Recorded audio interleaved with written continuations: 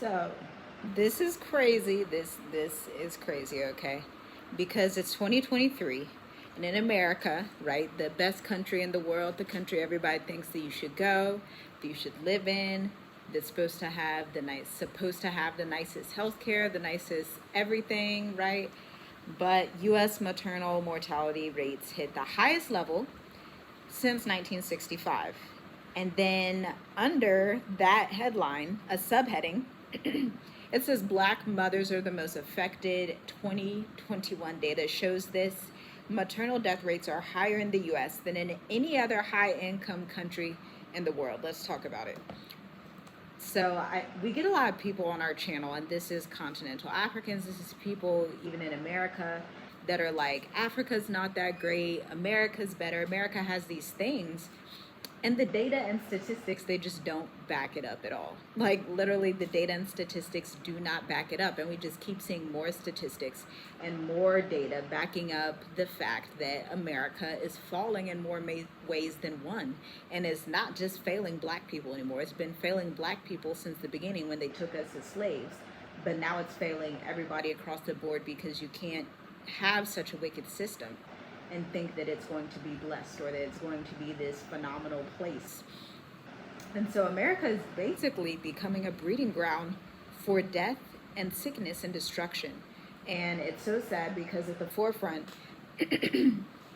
is a lot of sisters like me who are Black moms who are pregnant. And so as I'm reading through the article, it says the top contributors are hypertension, high blood pressure, and pregnancy. And that's like the top contributor to maternal death rates during pregnancy. And so the statistics are saying that when a woman is pregnant and she goes to the hospital, rather than being healthy and all these things, the women are dying. On top of the other video we did, which was talking about how the actual mortality rates in America are dropping, so less babies are being born on average, and so the population is not replacing itself. On top of that, the mothers are also dying. So what's the breakdown? Why is a system like America that is supposed to have the top rated health care, the best quality of life, why are people dying from high blood pressure, right? It should be an easy fix. I used to be in healthcare.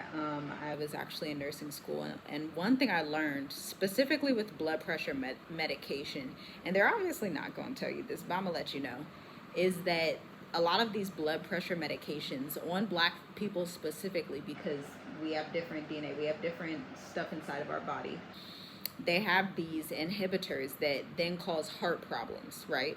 And so these things are going undetected, and they're like, oh, she just had high blood pressure. But these medications that they're putting people on are actually causing the heart attacks, the high blood pressure, all of the issues, right?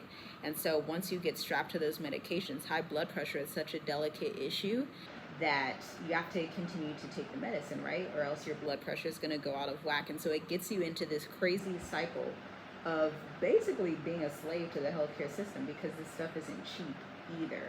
On top of that, you have the cost of living stress. More women are working outside of the home. I know that was something for me. I got tired of working outside the home. I was in healthcare working 12-hour shifts in 2015 at 18, 19, 20 years old. I got tired of working outside of the home, tired, because we had small children then, 2 small children. And it's like, you work 7 a.m. to 7 p.m. if you're in healthcare.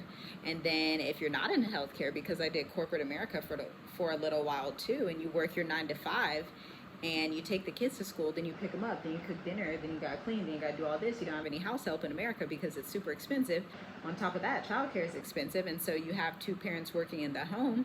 And, if you get married, you don't have any assistance. If you're married and you're, doing things right, you have nothing to help you, to the point where people who immigrate to America would actually get more support than people that are in America, that are married, that have families. They're not getting support, right? Because the bills are just outrageous.